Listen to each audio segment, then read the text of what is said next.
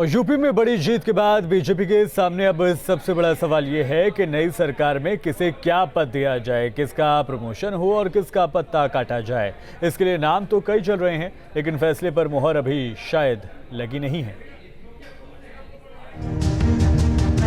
उत्तर प्रदेश में योगी आदित्यनाथ के दोबारा मुख्यमंत्री पद के शपथ ग्रहण का दिन और समय तय हो गया है, लेकिन अब सबके दिमाग में एक ही सवाल है कि आखिर उनकी कैबिनेट में कौन कौन से चेहरे शामिल होंगे और क्या पिछली बार की तरह ही 2 डिप्टी सीएम होंगे या फिर 2024 के जातीय समीकरण को साधने के लिए इस बार 3 डिप्टी सीएम भी बनाए जा सकते हैं। सूबे में सीएम के चेहरे के तौर पर योगी आदित्यनाथ के नाम पर मुहर लग चुकी है, लेकिन ऐसे में संभावना जताई जा रही है कि नई सरकार और कैबिनेट में मोदी मंत्रिमंडल की भी झलक दिख सकती है। इसमें युवा से लेकर अनुभवी और विभिन्न वर्गों को साधने वालों को शामिल किया जाएगा। योगी मंत्रिमंडल में पीएम मोदी की सलाह पर करीब 20 नए चेहरे शामिल किए जा सकते हैं। नए मंत्रिमंडल को लेकर योगी आदित्यनाथ की भी पार्टी शीर्ष नेतृत्व से चर्चा हो चुकी है, जिसमें महिलाओं और युवाओं को भी जगह मिलेगी। योगी सरकार 2.0 की कैबिनेट में कई नामों के शामिल होने की चर्चा चल रही है। इनमें से संभावित नाम हैं बेबी रानी मौर्य, असीम अरुण, राजेश्वर सिंह, शलभमणि त्रिपाठी, जितिन प्रसाद, आशीष पटेल। सूत्रों के मुताबिक कहा जा रहा है कि इस बार सभी जाति, क्षेत्र, उम्र और शिक्षा को तरजीह देते हुए मंत्रिमंडल में जगह दी जाएगी। पढ़े लिखे और युवा विधायकों को प्राथमिकता देने का फैसला पार्टी आलाकमान ने किया है। पार्टी के बड़े चेहरे इस बार भी मंत्री बनाए जाएंगे। इसके साथ ही पिछली सरकार में खराब प्रदर्शन करने वाले मंत्रियों को रिपीट नहीं किया जाएगा, यानी कई मंत्रियों की छुट्टी हो सकती है, जिनकी जगह योगी कैबिनेट में नए चेहरे दिखाई देंगे। फिलहाल शपथ की तारीख तय हो चुकी है। ऐसे में अब शपथ ग्रहण के बाद ही पता चलेगा कि किस किस को कैबिनेट में जगह मिली है। Team news state. योगी सरकार में कुछ और ऐसे चेहरे हैं जो शामिल हो सकते हैं, खासकर महिलाएं। अगर बात की जाए तो योगी कैबिनेट के संभावित मंत्री में अदिति सिंह का नाम आगे है, अपर्णा यादव। इसके अलावा ये ग्राफिक्स के जरिए हम आपको दिखा रहे हैं अपर्णा यादव, जो कि समाजवादी परिवार से आज जरूर आती हैं, लेकिन भारतीय जनता पार्टी उन्होंने ज्वाइन की। प्रतिभा शुक्ला का नाम भी इस रेस में देखा जा रहा है। कृष्णा पासवान, इनको भी जगह कैबिनेट में दी जा सकती है। अंजुला महोर को भी कैबिनेट 2.0 में जगह दी जा सकती है। स्वतंत्र देव सिंह प्रदेश अध्यक्ष मौजूदा तौर पर, आगे क्या जिम्मेदारी देगी ये भी देखना होगा। अनिल राजभर को पार्टी क्या जिम्मेदारी देगी। रामपाल वर्मा भी कैबिनेट में संभावित तौर पर हो सकते हैं। इसके अलावा संदीप सिंह का भी नाम चर्चा में लगातार बना हुआ है। तो ये तमाम नाम है जिसको लेकर वो योगी की कैबिनेट 2.0 को लेकर कयास तैयारी का दौर चल रहा है।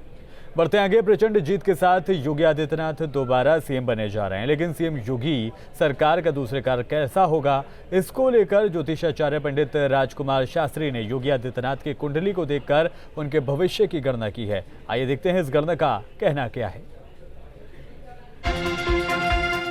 यूपी विधानसभा चुनाव में योगी आदित्यनाथ ने 37 साल बाद देश के सबसे बड़े सूबे में इतिहास रच दिया है।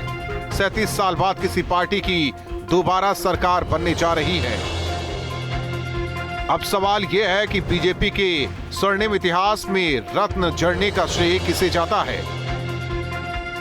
प्रधानमंत्री नरेंद्र मोदी, गृह मंत्री और बीजेपी के चाणक्य अमित शाह या फिर योगी आदित्यनाथ, जिन्होंने 5 सालों तक यूपी में बेहतरीन काम किया। आपदा के दौर में भी उन्होंने जिस तरह से काम किया वो सराहनीय कदम था। इस लिहाज से योगी आदित्यनाथ के लिए ये जनादेश बीजेपी के भविष्य की तरफ भी एक संकेत है। प्रयागराज के प्रख्यात ज्योतिषाचार्य पंडित राजकुमार शास्त्री ने योगी आदित्यनाथ की कुंडली को देखकर उनके भविष्य की गणना की है। पंडित राजकुमार की गणना के मुताबिक दूसरे कार्यकाल में निर्भय होकर काम करेंगे।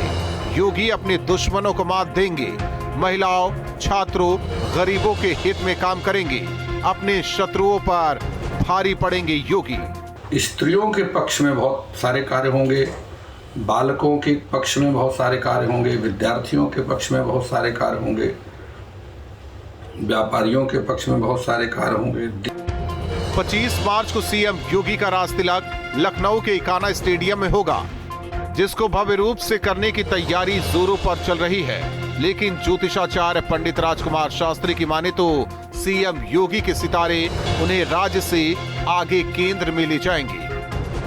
पंडित राजकुमार शास्त्री के मुताबिक 2024 के बाद योगी आदित्यनाथ केंद्र की राजनीति में जा सकते हैं और उनको गृह मंत्री जैसा अहम पद मिल सकता है।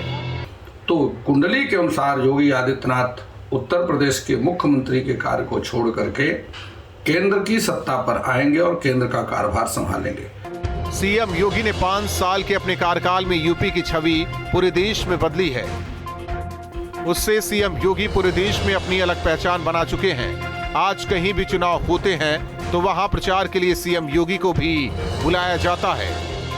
वो देश में यूपी को एक विकास के मॉडल के रूप में रखते हैं और इसी वजह से हो सकता है कि पंडित राजकुमार शास्त्री की भविष्यवाणी सच भी हो जाए। Team news state.